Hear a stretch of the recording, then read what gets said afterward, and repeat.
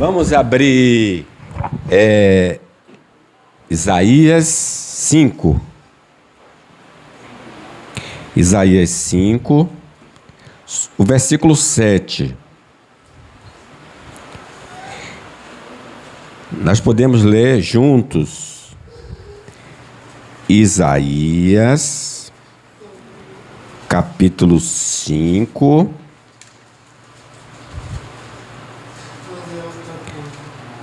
versículo 7.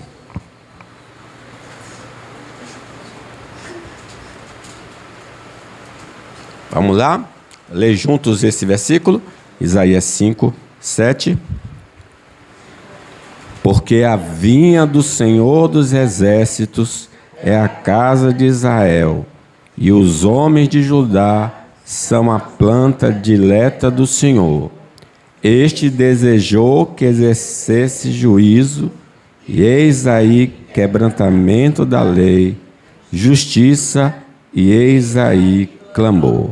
Ó soberano Deus, que o Senhor visite-nos através da sua palavra, nos dê a compreensão dela, não só a nós, mas os gentios que estão ouvindo ou lendo, os judeus, os santos na face da terra, que a tua palavra cumpra o que lhe apraz para o louvor da tua glória.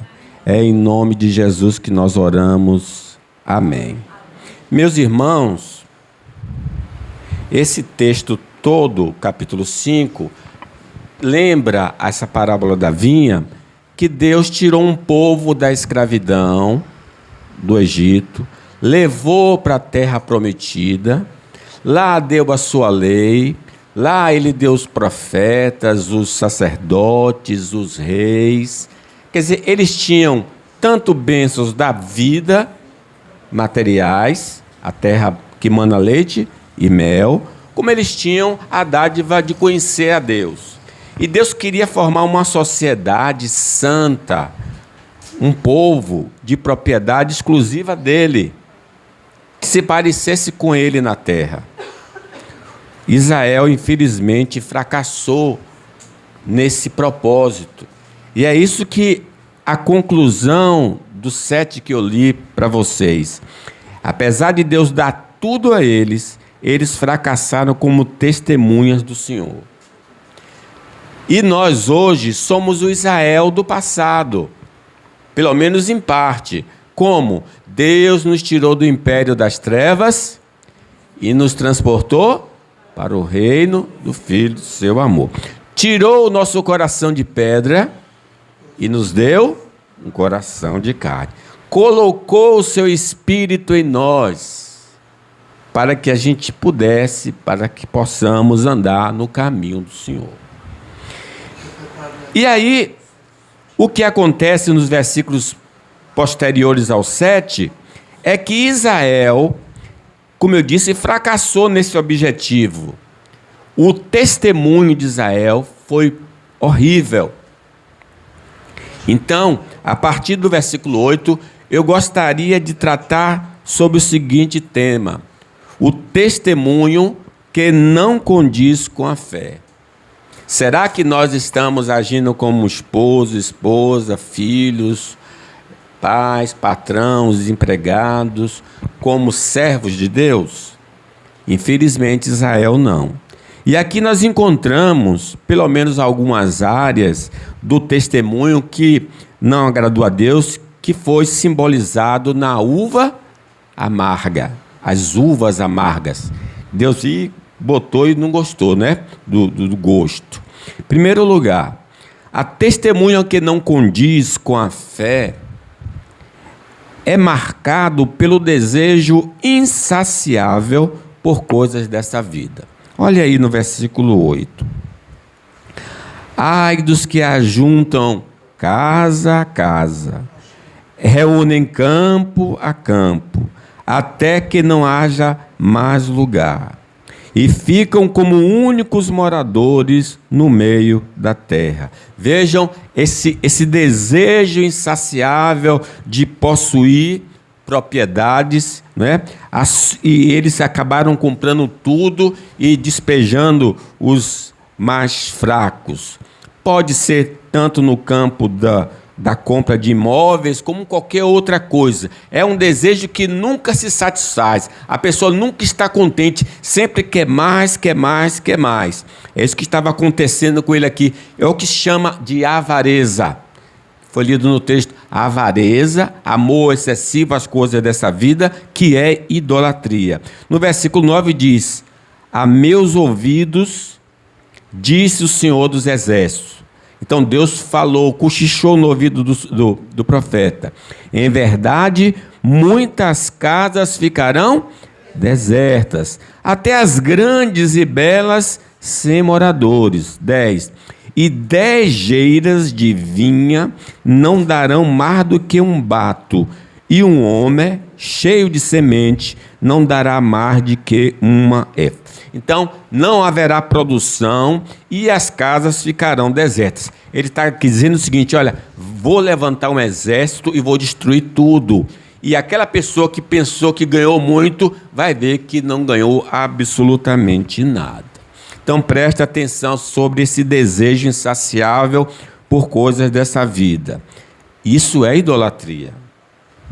A gente não tem um ídolo, mas a gente pode estar correndo atrás dessa coisa aí que é o ídolo. Então, o desejo insaciável por coisa dessa vida é idolatria e destrona Deus do nosso coração. Quem tem de estar aqui no nosso coração é o Senhor. Ninguém pode servir a dois senhores, porque o há de aborrecer-se de um e amar o outro, ou se devotará a um e desprezará o outro. Não podeis servir a Deus e as riquezas. Então havia esse conflito entre eles, no coração deles. O desejo insaciável por coisas dessa vida leva a desprezar o tesouro eterno. Vejam, o jovem rico, ele não tinha interesse na vida eterna, mas o que foi que Jesus disse para ele? Venda tudo, dê aos pobres, terá um tesouro no céu, você vem e segue-me. Por que ele não deixou? Porque ele não seguiu e acolheu a vida eterna? Porque ele tinha muitas propriedades, ele tinha um desejo insaciável por coisas dessa vida. Então ele não abriu mão das coisas dessa vida para ter a vida eterna. Que coisa triste, né? O desejo insaciável por coisas dessa vida vai prejudicar o próximo. Eles se tornaram moradores, dono de toda a propriedade. Então o pessoal estava na rua, não tinha onde morar. Toda pessoa que é gananciosa, que é avarenta, em algum grau vai prejudicar o outro. Diz Tiago: atendei agora, ricos, chorai, lamentando, por causa das vossas desventuras que vos sobrevirão. As vossas riquezas estão corruptas, e as vossas roupagens comida de traças. O vosso ouro e a prata foram gastos de ferrugem, e a sua ferrugem há de ser por testemunho contra vós mesmo, e há de devorar como um fogo as vossas carnes. Tesouro acumulaste nos últimos dias, eis que o salário dos trabalhadores que ceifaram os vossos campos e que por vós foi retido com fraude está clamando. Quer dizer, eles estavam enriquecendo, mas como? Retendo o salário do trabalhador. Que coisa triste. Deus então reprova essa atitude. O desejo insaciável por coisas dessa vida traz desonra ao nome do Senhor. Imagine, o cara é conhecido como crente, mas é avarento. O nome de Deus é blasfemado no meio dos gentios por vossa causa. Porque a pessoa vai ver o comportamento daquela pessoa ávida por coisa dessa vida e o prejuízo que ela está fazendo com as outras ao redor. Será, irmãos, que o nosso testemunho está assim? Nós somos presos por coisas dessa vida e arrasamos o nome do Senhor na lama? Segundo lugar, o testemunho que não condiz com a fé cristã é marcada pela ausência do domínio próprio. Observe no versículo 11. Ele continua descrevendo essa uva amarga. Ai dos que levantam pela manhã e seguem a bebedice, e continua até alta noite, até que o vinho os esquenta. Versículo 12. Liras e harpas, tamborins e flautas, e vinho há nos seus banquetes, porém não consideram os feitos do Senhor, nem olham para as obras das suas mãos. Eu falo do domínio próprio porque não é proibido na Escritura beber o vinho. Mas eles são pessoas sem domínio, sem controle, sem bom senso. Eles são marcados por essa ausência lá das obras da carne, que fala de bebedices e glutonaria, né? Já pensou um crente Noé? Toda hora vai ver aquele irmão, só veja aquele irmão embriagado, só veja aquele irmão desejoso por coisas dessa vida da carne, né? Ser governado por desejos e substâncias é um tipo de um homem que não está debaixo da influência do Espírito Santo, mas da velha natureza. Uma pessoa que se domina por um desejo da terra ou de um modo especial por essa substância, não está sendo influenciado pelo Espírito de Deus.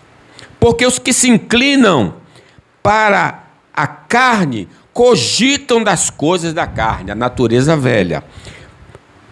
Mas os que se inclinam para o Espírito, o fruto do Espírito, das coisas do Espírito, porque o pendor da carne dá para a morte. Quem anda guiado pela carne, mas do Espírito para a vida e paz. Por isso, o pendor da carne é inimizade contra Deus, pois não está sujeito à lei de Deus, nem mesmo pode estar. Portanto, os que estão na carne não podem agradar ao Senhor.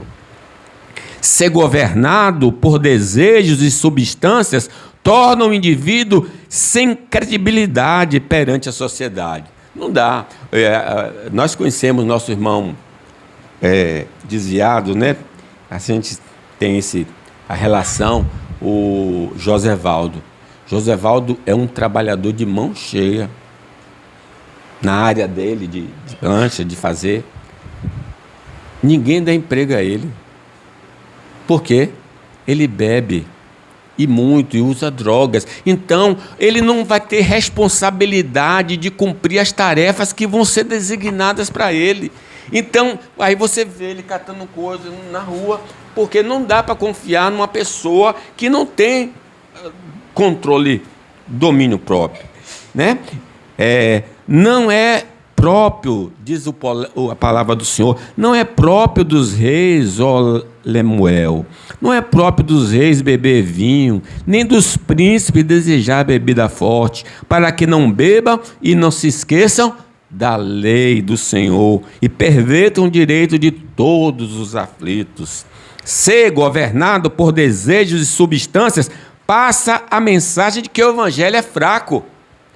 Igor está expondo, o evangelho é o poder de Deus para a salvação de todo aquele que crê. Mas uma pessoa que diz que é crente e anda assim, a pessoa diz, eu não quero esse evangelho não pode, não funciona. Ser governado por desejos e substâncias transmite a falsa ideia de que Deus não tem poder. Não é só que o evangelho não tem poder, é que o Deus que a pessoa fala não tem poder. Porque o cara diz, seu Deus não pode nem mudar a sua vida, vai mudar a minha? Vai transformar a vida da minha família? Porque o pecado, diz a palavra, não terá domínio sobre vós, pois não estás debaixo da lei, e sim da graça. Terceiro, o testemunho que não condiz com a fé cristã é marcado por viver deliberadamente no erro. Olha o versículo 18 a 19. Ai dos que puxam. Eu vou ler em outra tradução, porque essa tradução aqui, bem na linguagem antiga, fica às vezes incompreensível. Totalmente incompreensível. Eu vou ler então na linguagem diferente da de vocês. Ai dos que se amarram a seus pecados com mentira. Eles andam arrastando a sua maldade como quem puxa um carro e dizem, que Deus se apresse e faça logo o que vai fazer, para que nós fiquemos sabendo o que é. Que o santo Deus de Israel realize depressa os seus planos para que nós possamos conhecê-los. Eles estão vivendo no pecado e diz: olha, se Deus é santo mesmo, que Ele venha e meta a mão em mim, e aí eu vou acreditar que Ele é Deus. Então, eles são tão abusados no pecado que eu vou viver. Ah, não acontece nada, cadê Deus? Porque Ele não vem, manda um raio e me consome. Os que vivem deliberadamente contrários à lei do Senhor se firmam em falsas interpretações da Escritura. Eles estão lendo erradamente. O juízo virá, mas no tempo de Deus, na hora de Deus, na vontade de Deus. Não se engane. Daí, quando se descreve o ímpio, o Asaf, diz: daí a soberba, a altivez, que os cinge como um colar, e a violência que os envolve como um manto. Os olhos saltam-lhes da gordura, do coração brotam-lhe fantasias, motejam e falam maliciosamente, da opressão falam com altivez, contra os céus desandam a boca, e a língua percorre a terra. Por isso o seu povo se volta para eles e os tem por fonte de que bebe a largos sorvos. E diz: como sabe Deus? Acaso há conhecimento no Altíssimo? Eles andam no erro e dizem: olha, Deus não sabe nada, Ele não vai fazer nada, não vai acontecer nada. Por uma interpretação equivocada das Escrituras. Os que vivem deliberadamente contrários à lei do Senhor deixam um rastro de sujeira que envergonham a fé cristã. Porque o pecado é algo abominável, é sujo. E tudo que a gente faz que é visível aos olhos dos homens passa a deixar um rastro de sujeira. Como se fez prostituta a cidade fiel. É assim que Deus chama Israel. Ela que estava cheia de justiça, nela habitava a retidão, mas agora, homicidas, a tua prata se tornou em escórias, o teu licor se misturou com água, os seus príncipes são rebeldes e companheiros de ladrões, cada um deles ama o suborno e corre atrás das recompensas, não defende o direito do órfão, não chegam perante eles a causa das viúvas. Então, um comportamento sujo dentro da sociedade, enojando ao Senhor, pelo menos, naqueles dias, e poucos crentes que lá haviam. Os que vivem deliberadamente contrários à lei do Senhor têm uma concepção errada do caráter do Senhor. Eles acham que Deus é igual a eles. Acham que, vivendo dessa maneira, que Deus tem a mesma semelhança dele, como diz o profeta Isaías, o Senhor falando. Mas ao ímpio diz Deus: de que me serve repetires os meus preceitos e terem nos lábios a minha aliança, uma vez que aborreces a disciplina e rejeitas minhas palavras? Se vês um ladrão, tu te compraz nele, e aos adúlteros te associas. Soltas a boca para o mal, e a tua língua trama enganos. Senta-te para falar contra teu irmão e difamas o filho da tua mãe. Tem feito essas coisas e eu me calei. Pensavas que eu era teu igual, mas eu te arguirei e porei tudo à tua vista. É o acerto de conta divino. A pessoa pensa que Deus compartilha uma vida pecaminosa. Quarto lugar. Tá calor não, né? Fica tranquilo aí. A testemunha que não condiz com a fé cristã é marcado pela inversão dos valores morais do Senhor. Vamos lá no 20 e 21. Se quiser ler comigo, vamos ler na tradução nossa aí. Ai dos que ao mal chamam bem, e ao bem mal, que fazem da escuridão luz, da luz escuridade. Porém o amargo por doce, e o doce por amargo. Ai dos que são sábios aos seus próprios olhos e prudentes em seu próprio conceito. Rapaz, não é um ímpio que está agindo assim, não. Porque a gente está vendo na sociedade o pessoal queria invertendo os valores. Mas aqui, gente, é dentro de Israel as pessoas invertendo os valores. Crentes aceitando esses princípios totalmente contrários à palavra de Deus. Para justificar essa nova ética, eles alegam que os escritos bíblicos foram para a geração passada. Sim, tem muito crente hoje dizendo, não, nós precisamos fazer uma releitura das Escrituras. Porque a Escritura foi escrita para Abraão, Isaac, né? No tempo de Moisés, para aquele povo que estava para entrar na terra prometida. Então aquele escrito não serve mais. É patriarcal, é atrasado. Nós temos uma nova formatação de família. Para justificar essa nova ética, eles alegam a evolução da raça humana. O homem evoluiu. O homem é diferente do que era há 2000 anos atrás. Para justificar essa nova ética, eles destroem completamente a ética cristã tradicional. O mundo está empenhado nisso.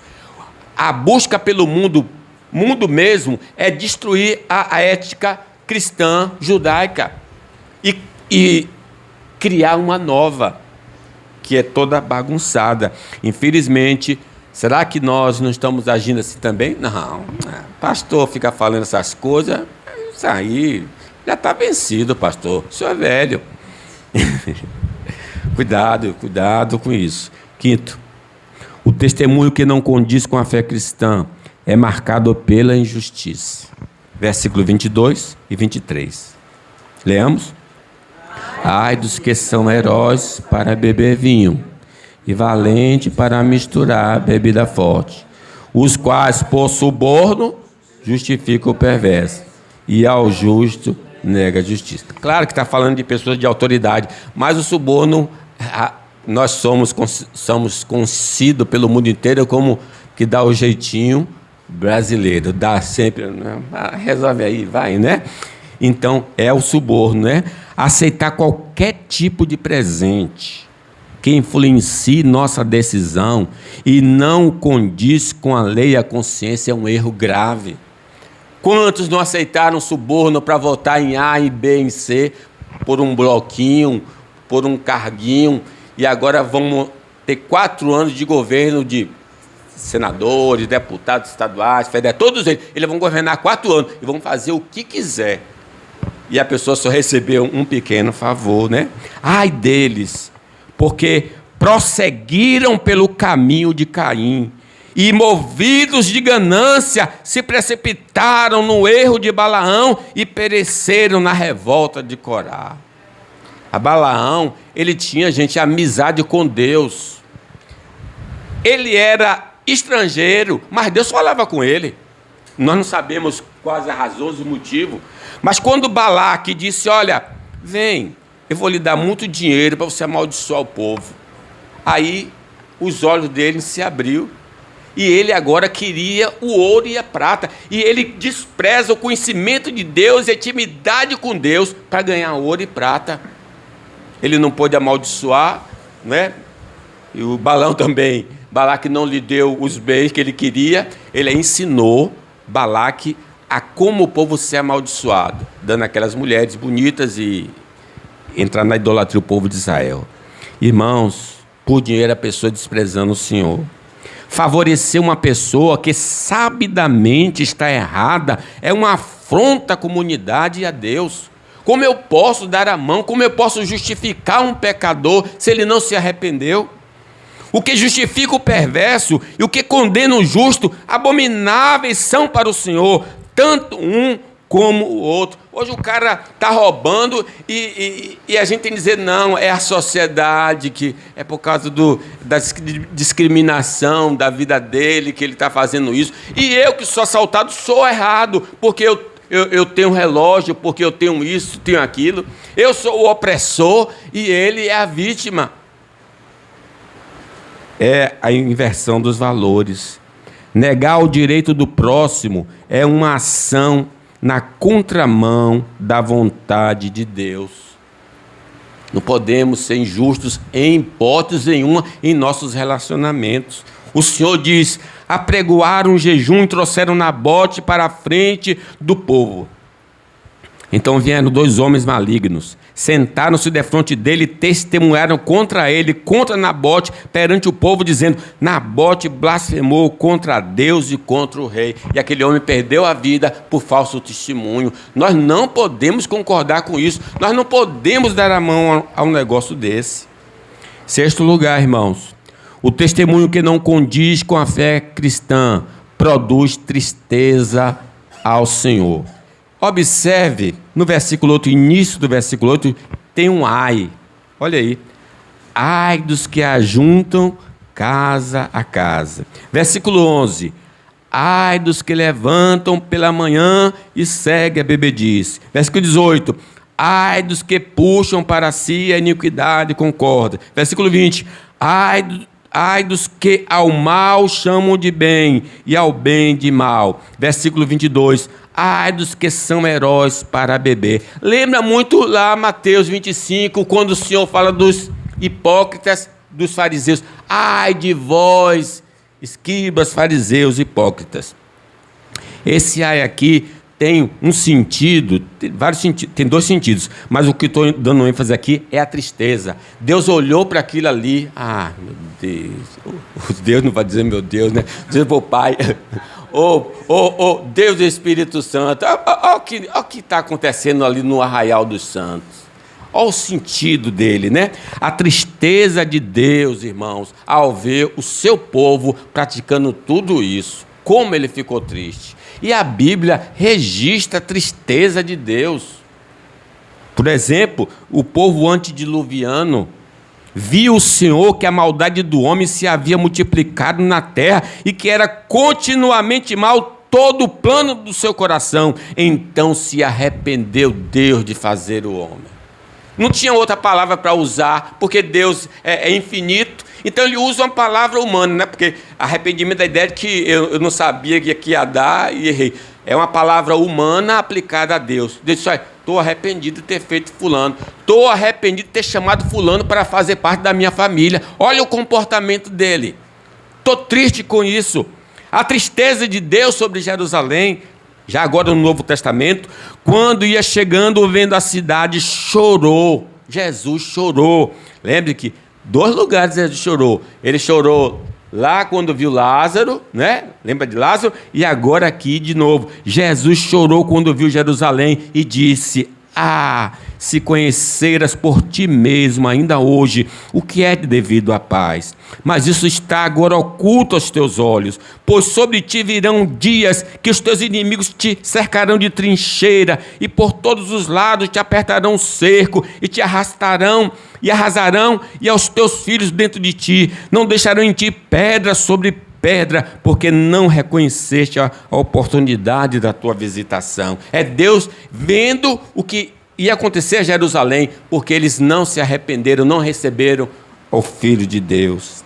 A tristeza de Deus sobre as cidades da Galileia. Lembra que ele morou naquela região? Ele disse: passou então Jesus a increpar as cidades nas quais ele operava numerosos milagres, pelo fato de não terem se arrependido. Ai de ti, Corazim! Ai de ti, Betsaida! Ai de ti, Cafarnaum!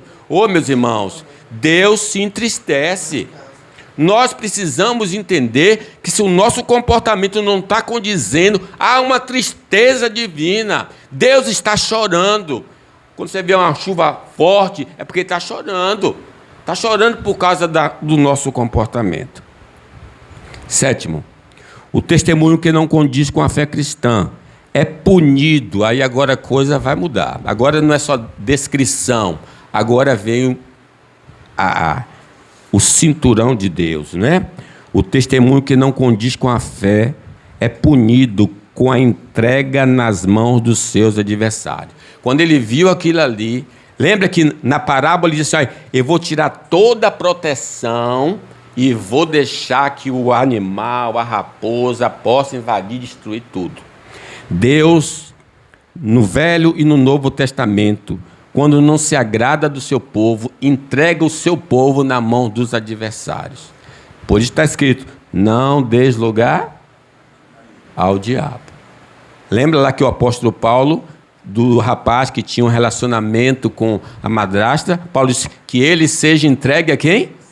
A Satanás, para a destruição do corpo. Aqui eu quero, vejam no versículo 13. Portanto, agora é a consequência, né? Deus está triste, mas agora vai agir também. Portanto, o meu povo será levado cativo por falta de entendimento. Os seus nobres terão fome, e a sua multidão se secará de sede. Ele alvorará o estandarte. Olha bem, Deus levantando a bandeira. Olha o que Deus vai fazer. Levantando a bandeira para as nações distantes e lhes assobiará para que venham da extremidade. É o próprio Deus chamando os inimigos. Venham comer carne de nobres, de pobres. Venham comer. Deus chamando para fazer um banquete contra o seu povo. Observe ainda, seguindo. Para que venham das extremidades da terra e venham apressadamente. No 27. Não há entre eles cansado, esses inimigos, nem quem tropece, ninguém tosqueneja nem dorme. Não se desata o cinto dos seus lombos, não se rompe das sandálias a correia. As suas flechas são agudas e todos os seus arcos entesados. As unhas dos seus cavalos dizem-se de perdeneira, e as rodas dos seus carros redemoinho. O seu rugido é como o do leão, rugem como um filho de leão, e rosnando arrebatam a presa e a levam, e não há quem a livre. Bramam contra eles naquele dia, como o bramido do mar. Se alguém olhar para a terra, eis que só há trevas e angústia, e a luz se escurece em densas nuvens. É a chegada do exército vindo com toda a sede para destruir pela frente o povo do Senhor. Irmãos, a proteção divina é a razão que nós não somos destruídos. Lembre de Jó, quando Deus falou, viu meu servo, o homem temente a Deus, aí Satanás disse, também pudera. Tu puseste um muro de proteção ao redor dele, da sua família, dos seus bens, e abençoar-te em tudo que ele faz. Vê como ele é rico, estende a mão e toma tudo que ele tem. O que Jó pediu foi o seguinte: tira o muro, Senhor, tira-se a proteção dele nos bens, na família, tira esse muro, que eu quero ver se Jó vai continuar. Irmãos, nós estamos debaixo dessa proteção, refúgio e fortaleza, socorro bem presente na hora da angústia. Mas você pode perder esse muro, não porque Satanás vai pedir, mas porque você está desobedecendo ao Senhor.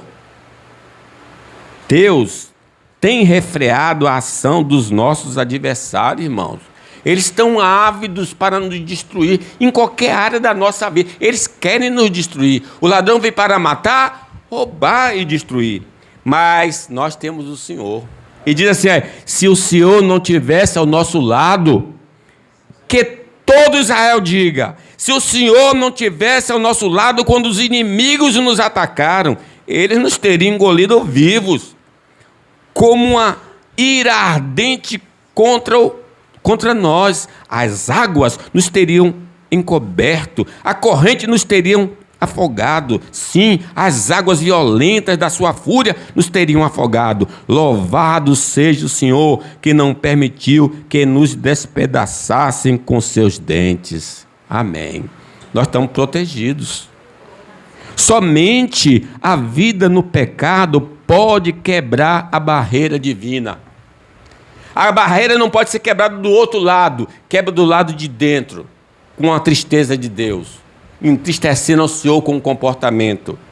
Israel pecou, lembre, quando eles venceram Jericó, mas pegaram o quê? O ouro e prata que era proibido, consagrado a Deus. Aí eles foram lutar contra Ai e foram derrotados. Aí todo mundo chorou e Deus disse para Josué: Israel pecou, quebrou a minha aliança, roubou alguns dos objetos que eu ordenei que fossem separados para mim. E não apenas os roubou, mas também mentiu a respeito e o escondeu no meio dos seus pertences. Por isso, os israelitas foram derrotados e fugiram dos seus inimigos. Agora Israel foi separado para a destruição. Não permanecerei mais com vocês, a menos que elimine do seu meio aquilo que foi separado para a destruição. Não tinha vitória enquanto não consertasse a vida. Não haveria vitória enquanto não se voltasse para o Senhor. O testemunho que não condiz com a fé cristã pode levar à morte física. Observe o versículo 14. Vamos ler, porque nós podemos ler nessa nossa tradução. Por isso, a cova aumentou o seu apetite, abriu a sua boca desmesuradamente. Para lá desce a glória de Israel, e o seu tumulto. O seu ruído é que nesse meio... Claro, quando o exército chega, vai matando velho, homem, mulher. Então aquele povo vivo está perdendo a vida por causa disso. O péssimo testemunho de Ananias e Safira, vocês lembram? Que pegaram um terreno, venderam por certo valor, retiveram uma parte para dizer que tinham vendido por aquele valor. O que aconteceu com Ananias? Morreu. Morreu aonde? Na igreja. Por quê? Ele morreu na hora do ofertório. Ele morreu na hora de entregar o dízimo e a oferta. Quando ele foi, que botou Pedro, ele morreu. Depois foi para a reunião da SAF. A Safira chegou lá toda alegre. Aí Pedro, antes da reunião da SAF, disse: vem cá, vendeu aquele terreno por X? Foi. Por que você combinou com o seu marido para mentir ao Espírito de Deus? Olha, os que levaram o seu marido, vai levar você também. A mulher morreu na hora. Sim, Deus é amor. Mas também o quê? É justiça. Não estou dizendo que a gente vai morrer, todo mundo vai... Se for morrer, já acaba, não tinha nem mais igreja. Mas eu quero dizer o seguinte, que a gente precisa levar a sério ao Senhor, porque o Senhor é um Deus consumidor. O péssimo testemunho dos filhos de Judá. Judá se engraçou por estrangeira, se apartou da família, casou com estrangeira. E diz assim, no devido tempo, Judá arranjou o casamento de já estão crescidos, seu filho mais velho, com uma moça chamada Tamar. Mas era um homem perverso aos olhos do Senhor. Por isso o Senhor tirou a vida dele. Então Judá disse a Onã, irmão de case-se com Tamar, como exigido para com a viúva do irmão. Você deve gerar um herdeiro para seu irmão. Onã, porém, não estava disposto a ter um filho que não seria seu herdeiro. Por isso, cada vez que tinha relações com a mulher do seu irmão, derramava o sêmen no chão.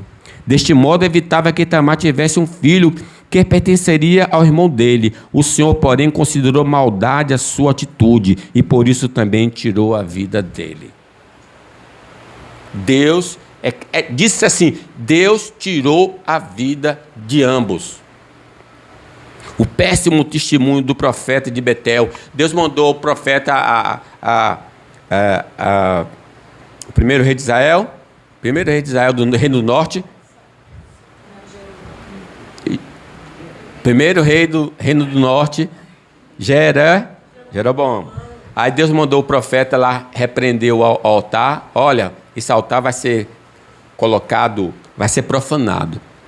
E o profeta, então, recebeu a proposta do rei. Fica aqui, vem comer. Ele disse, não posso não. Deus disse que eu devo voltar por outro caminho, não devo parar, não devo comer, vou seguir. Aí foi um profeta mentiroso e disse, olha, vem para minha casa comer.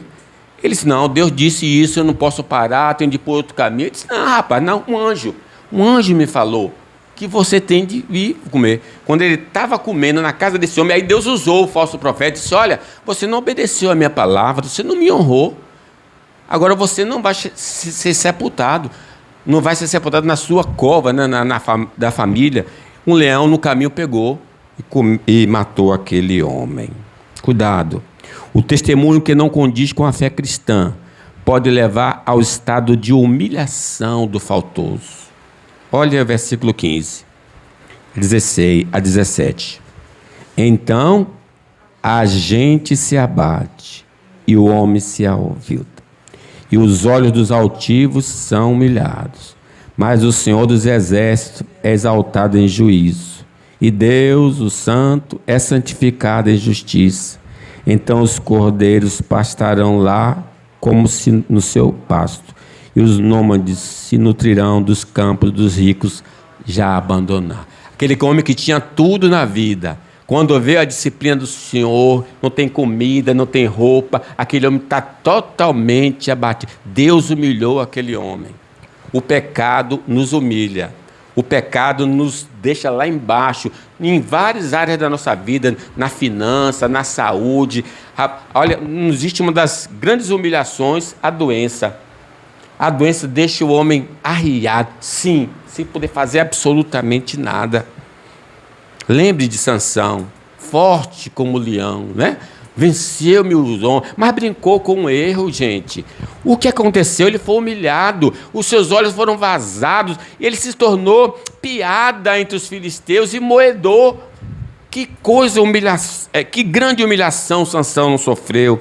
A humilhação de Manassés, que se entregou a todo tipo de vício.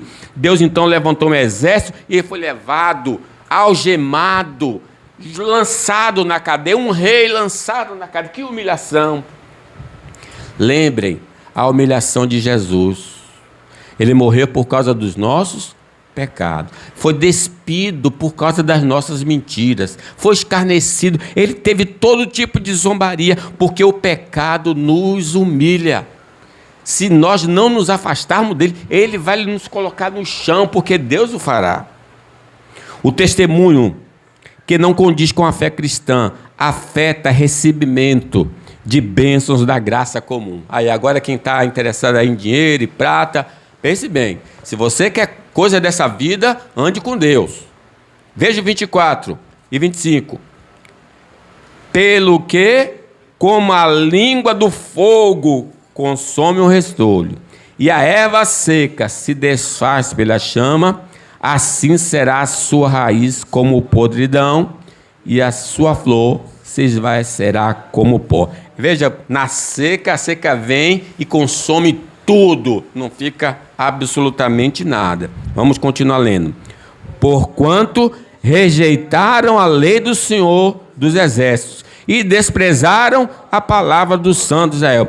25. Por isso se acende a ira do Senhor contra seu povo, povo contra o qual estende a mão e o fere, de modo que tremem os montes, e os seus cadáveres são como um monturo no meio das ruas. Com tudo isso, não se aplaca a sua ira, mas ainda está estendida a sua mão. Misericórdia. Ele continua pesando a mão. Quer dizer, mesmo com aqueles que sobreviveram, vão ser lá para o cativeiro, vão ser humilhados e vão sofrer todo tipo de desprezo. A leitura é Deus que está fazendo isso. É a surra de Deus pelo testemunho errado que a pessoa está dando. A punição do pecado pode afetar nossa manutenção. Os campos estão arruinados, a terra está desolada, o trigo está destruído, as uvas secaram, o azeite acabou. Desesperam-se os agricultores, lamentem vocês que cuidam das videiras. Chorem, pois o trigo e a cevada, todas as colheitas nos campos estão arruinadas. As videiras secaram-se, as figueiras murcharam, as romãzeiras, as palmeiras, as macieiras, todas as árvores frutíferas secaram, e como elas murchou a alegria do povo. Nosso alimento desaparece diante dos olhos, já não há alegria e exultação na casa do nosso Deus. As sementes morrem na terra secas, as colheitas de cereal se perdem, os celeiros estão vazios, os armazéns abandonados, como os animais gemem de fome, as manadas do gado vagam confusas, pois não encontram pasto, os rebanhos de ovelhas sofrem. Socorro, Senhor! O fogo devorou os pastos do deserto e as chamas queimaram as árvores do campo, até os animais selvagens clamam a ti, pois os riachos secaram. O que é isso aqui? É uma descrição do Joel, quando Deus mandou a praga dos gafanhotos, 4 tipos de gafanhotos, e depois mandou a seca. Não ficou absolutamente nada, todo mundo morrendo de fome, porque tinham pecado contra o Senhor. Sim, talvez a nossa finança não está boa, ou outra coisa da área, porque a gente não está sendo legal com o Senhor. A punição do pecado pode afetar nosso sucesso terreno, irmãos. Eu sei, deseje posições melhores, que Deus conceda a vocês todas posições melhores, mas se não andar com Deus, é bom nem ter essa posição melhor. Mas se você é servo de Deus, talvez Ele nem deixe você chegar lá. Assim diz o Senhor dos Exércitos: veja o que tem acontecido com vocês. Plantam muito, mas colhem pouco. Comem, mas não se saciam. Bebem, mas não tem sede, mas ainda tem sede. Veste-se, mas não se aquecem. Seus salários desaparecem como se vocês os colocassem em bolsos furados.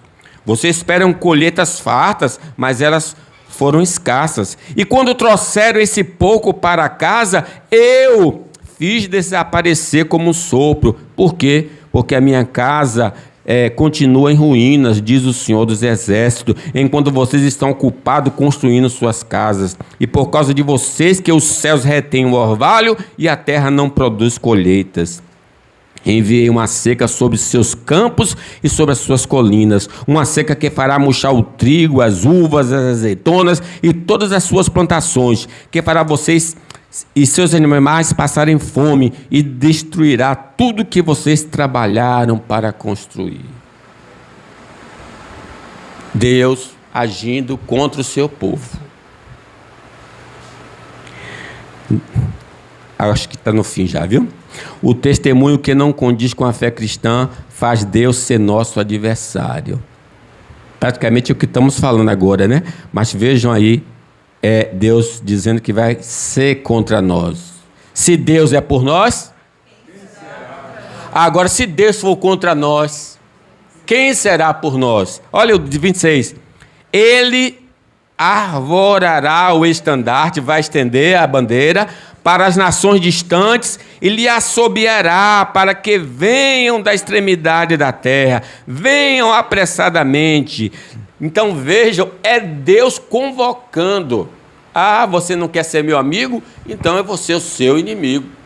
Deus resiste ao soberbo, mas dá graça ao humilde. Ou ele não se levantou contra Davi. Davi pecou contra o Senhor e Deus se levantou contra ele. Lembre que por ele ter contado o povo, e não era porque Deus já tinha promessa que seria uma grande nação, morreram 70 mil homens, porque Davi contou. Deus mandou um anjo para matar essas pessoas, porque Davi tinha contado. A posição de Deus, Moisés, irmãos, Moisés é um homem que tentou libertar o povo do Senhor com 40, aí não deu certo, teve de morar 40 anos em Midian, no deserto, depois foi chamado pelo Senhor, agora vai viver mais 40 anos no deserto, e aí ele devia entrar na terra prometida. Olá, Moisés devia entrar na terra prometida. Ele pediu a Deus, diz a palavra do Senhor. Também naquela ocasião supliquei ao Senhor: ó Senhor soberano, tu apenas começaste a mostrar-se a teu servo a tua grandeza e a força da tua mão. Existe algum Deus no céu ou na terra capaz de realizar obra tão grandiosa e poderosa como as que tu realizas? Por favor, peço que me deixes atravessar o Jordão para ver a boa terra do outro lado do rio, a bela região montanhosa e o Líbano. Mas o Senhor estava irado comigo por causa de vocês e não me atendeu. Disse: basta, não toque mais neste assunto. Suba ao topo do monte Pisga, e contemple a terra em todas as direções. Olhe bem, pois você não atravessará o Jordão. Aquele homem não entrou na terra. O único pecado que é registrado dele é que ele feriu a rocha e não falou a rocha. Meu Deus, nosso Deus é um Deus sério.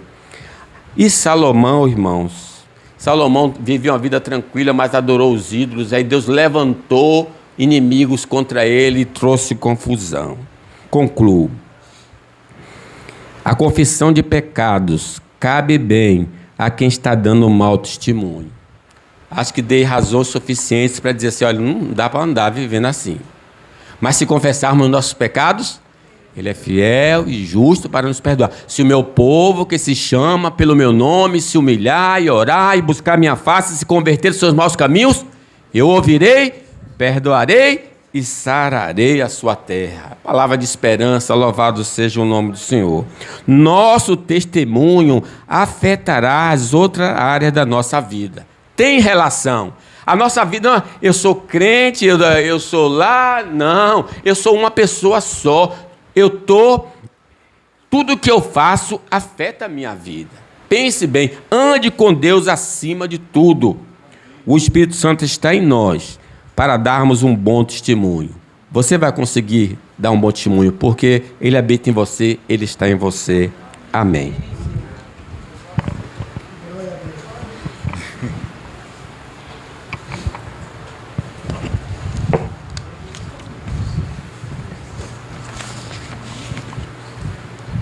Vós sois a geração eleita, sacerdócio